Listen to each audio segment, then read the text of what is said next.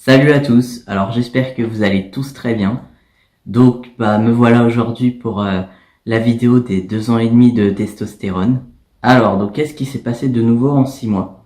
Déjà j'ai eu ma date d'opération, donc la mammectomie. Donc j'ai eu ma date en fin octobre 2019, donc c'était juste après avoir fait la vidéo des 2 ans.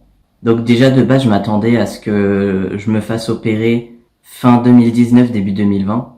Et quand on m'a dit que ça allait être qu'en juin, ah voilà quoi, j'ai trouvé ça super long, mais finalement là ce sera déjà dans moins de 2 mois. Mais comme il y a le confinement qui nous dit que ça va pas être annulé, je suis persuadé que ça va être annulé, donc du coup je me réjouis pas trop vite. De toute façon maintenant j'ai l'habitude d'attendre, je suis très entraîné pour ça, dans tout j'ai dû attendre dans ma transition, donc on verra bien. Mais bon, il y a pas mal de fois où je peux pas m'empêcher de penser, qu'est-ce que ce sera après l'opération?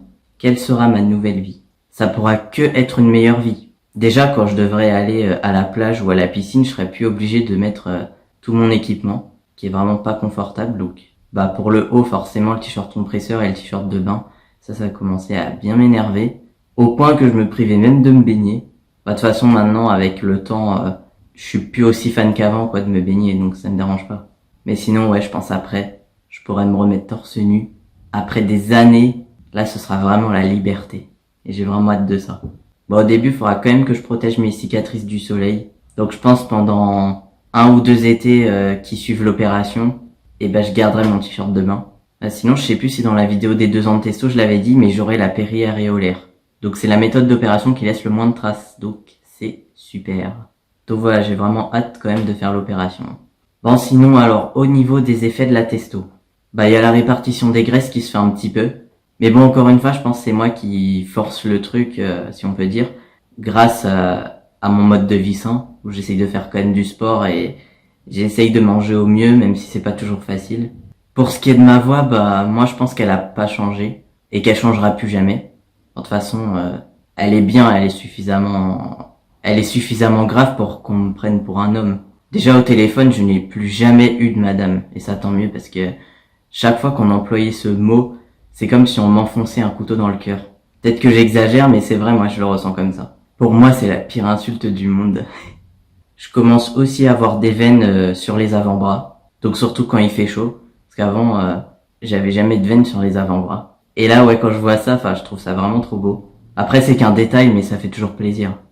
Niveau poils, sinon, je pense qu'il y a que la barbe qui évolue, parce qu'en fait, pour les bras, les jambes et puis le ventre, ça a pas bougé.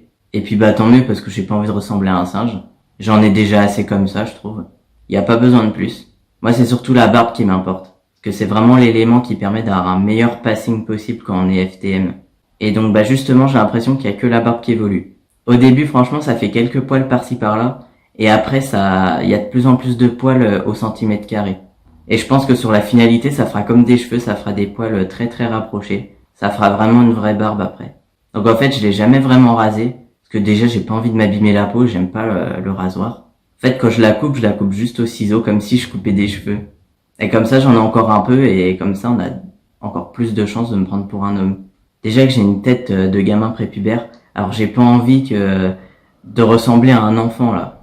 Quand j'ai pas de barbe, on dirait que j'ai vraiment une tête d'enfant. J'ai quand même envie qu'on me donne au moins 18 ans, même si j'ai 22 ans, parce que quand on me dit « Oh, elle est là ta maman », j'ai l'impression que j'ai 5 ans. Alors que non, j'ai quand même 22 ans. Donc voilà, c'est pour ça que je me laisse toujours un peu de barbe. Pour un meilleur passing et pour faire un peu plus mon âge. Enfin, pour me rapprocher de mon âge, même si j'ai fait le deuil du fait que je ferai jamais mon âge, je pense. Ça a toujours été comme ça. Voilà, à part ça, sinon je suis toujours à une demi-ampoule de testo, toutes les 2 semaines. C'est la dose maximale que je peux avoir. C'est ce que l'endocrino m'a dit, et puis de toute façon, je l'ai vu moi-même dans les résultats de prise de sang. Mais comme ça me convient très bien, comme je le supporte très bien, on reste comme ça, et c'est tant mieux. Et en plus, le mode de vie que j'ai adopté au niveau alimentation et sport, ça augmente naturellement la testo. Donc franchement, d'ici 2-3 ans, je pourrais vraiment avoir un beaucoup plus beau corps, un corps qui me correspond vraiment mieux. De toute façon, chaque jour qui passe, je me rapproche de plus en plus du corps que je veux. Alors maintenant, je vous montre 2 photos. Donc elles ont été prises à 2 ans d'intervalle. La première, elle a été prise en avril 2018, donc j'étais presque à 6 mois de testo. Et puis l'autre, je l'ai prise là. Donc quand j'étais à 2 ans et demi de testo. On voit qu'il y a quand même eu du changement, mais on voit aussi que je suis toujours aussi bouboule. Mais bon, quand même, j'ai perdu du ventre et puis j'ai perdu des jambes. Et puis forcément, mon visage, il est bien plus masculin qu'avant. Et sur la première photo, on dirait vraiment que je faisais le beau, comme si je me croyais vraiment beau, alors que c'est pas vrai. Puis là, aujourd'hui, j'ai posé dans la même position, juste pour recopier à la lettre la photo d'avant. Hein, sinon, c'était pas pour faire le beau, hein, c'était juste pour la comparaison. Faudrait que je refasse la même dans 2 ans pour qu'on rigole un petit peu. Ou même avec le bon mode de vie que j'ai maintenant, je pense qu'en même pas 6 mois, ça aura encore plus changé que là en 2 ans. Voilà pour les 2 photos. Sinon, j'ai pas grand chose de plus à dire pour les effets de la testo. Sinon, en ce qui concerne les papiers, j'ai eu ma nouvelle carte d'identité avec la mention M dessus. Et je viens aussi de changer de carte vitale, où dessus j'ai mon nouveau numéro qui commence par 1. Donc c'est tout pour les papiers. Et c'est déjà très bien. Dans la vidéo des 2 ans de testo, j'avais beaucoup parlé de mon indépendance financière et puis de mon livre. C'est vraiment les 2 choses qui me rendent le plus heureux dans ma vie et surtout qui m'aident à patienter pour la transition parce que comme tout prend du temps, franchement, il y a de quoi péter un câble. Et là, grâce à ces 2 choses, on va dire que je suis complètement occupé à chaque fois. Donc ça, c'est très bien. Donc c'est pour dire que je travaille toujours sur mon livre et puis sur mon objectif de liberté financière. Donc pour l'objectif de liberté financière, c'est long, mais bon. Mais je pense que d'ici 1 ou 2 ans, ce sera bon. Par contre, pour mon livre, j'ai du nouveau à dire. Donc j'essaye de l'écrire un petit peu chaque jour, quand je procrastine pas. Et ça, c'est un peu compliqué à prédire à chaque fois. Et puis quand j'arrive à garder un rythme chaque jour, j'écris très peu de lignes. J'écris peut-être une page maximum, donc voilà, ça prend vraiment du temps parce que ce livre, il regroupe 14 ans de ma vie, donc c'est très long. Il faut se souvenir un peu de tout, et c'est parfois pas facile. Je rappelle que ce livre, il a aucun rapport avec ma transition. Ma transition figurera un petit peu en arrière-plan parce qu'il y a des fois, ce sera lié. Et puis c'est quand même une énorme chose dans ma vie quand même, donc je suis obligé d'en parler à certains moments. Mais voilà, comme c'est pas le sujet, ce sera qu'en arrière-plan. Et puis comme l'histoire est pas terminée, j'écris la suite dans un 2e livre. Mais au jour le jour cette fois. Donc en fait, ça veut dire que, par exemple, dans 1 an, je peux pas prédire ce qui va se passer, pas comme dans une histoire inventée. Donc du coup, chaque jour, je découvre la suite de l'histoire, c'est cool. Et puis en attendant, je me suis amusé à faire les 2 couvertures des 2 livres du coup, juste histoire de me projeter parce que j'ai vraiment hâte que ce livre soit publié. Au début, j'imaginais vraiment pas les choses comme ça, mais après, au début c'est la page blanche, et après j'essaie différentes choses, et là, je suis resté là-dessus, mais ça me convient très bien. Le seul truc que je savais d'avance, c'est que je voulais un titre en attaché. Et puis là, la photo de la couverture du premier livre, c'est quelques minutes avant que l'histoire commence. Donc c'est hyper symbolique, franchement ça peut que être cette photo moi que je veux mettre. Je dis ça parce que ça se trouve les éditeurs ils seront pas d'accord avec moi, ils voudront peut-être changer, je sais pas. Je tiens absolument à ce que ce soit cette photo qui soit sur la couverture. Alors surtout ce que je voulais vous dire à propos de mon livre, c'est que j'ai trouvé une maison d'édition qui accepte que les projets et non les livres terminés. Donc du coup c'est très bien pour moi vu que mon livre est pas terminé. Donc là il y avait juste à leur envoyer le synopsis et le premier chapitre par mail. Et puis sur leur site, ils disent que si on n'a pas de réponse au bout de 6 semaines, il faut considérer que le projet n'a pas été retenu. Donc moi, je l'ai envoyé le 2 mars. On a largement dépassé les 6 semaines.